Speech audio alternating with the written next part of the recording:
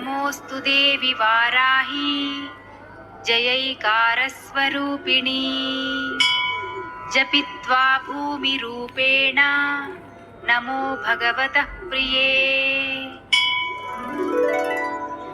जय क्रोडास्तु वाराही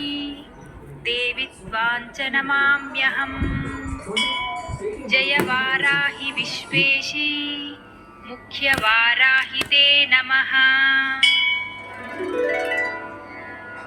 मुख्यवाराहि वन्दे त्वाम् अन्धे अन्धिनि ते नमः सर्वदुष्टप्रदुष्टानां वाक्स्तम्भनकरी नमः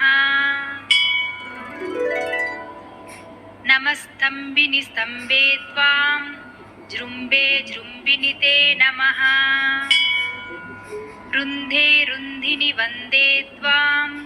नमो देवी तु मोहिनी स्वभक्तानां हि सर्वेषां सर्वकामप्रदे नमः बाह्वास्तम्भकरी वन्दे चित्तस्तम्भिनि ते नमः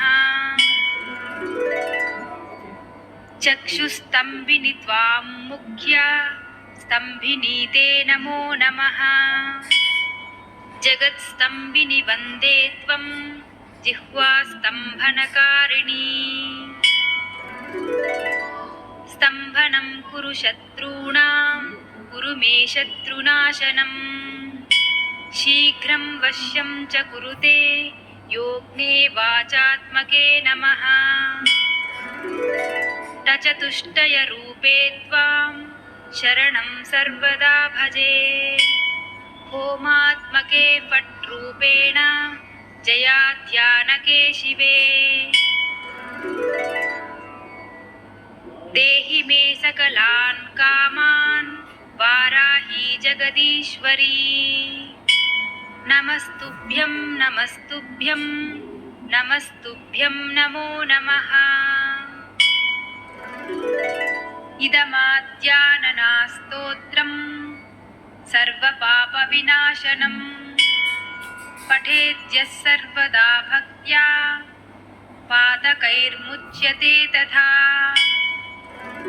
लभन्ते शत्रवो नाशः दुःखरोगापमृत्यवः महदायुष्यमाप्नोति अलक्ष्मीर्नाशमाप्नुयात् इति श्री आदिवाराही स्तोत्रं सम्पूर्णम्।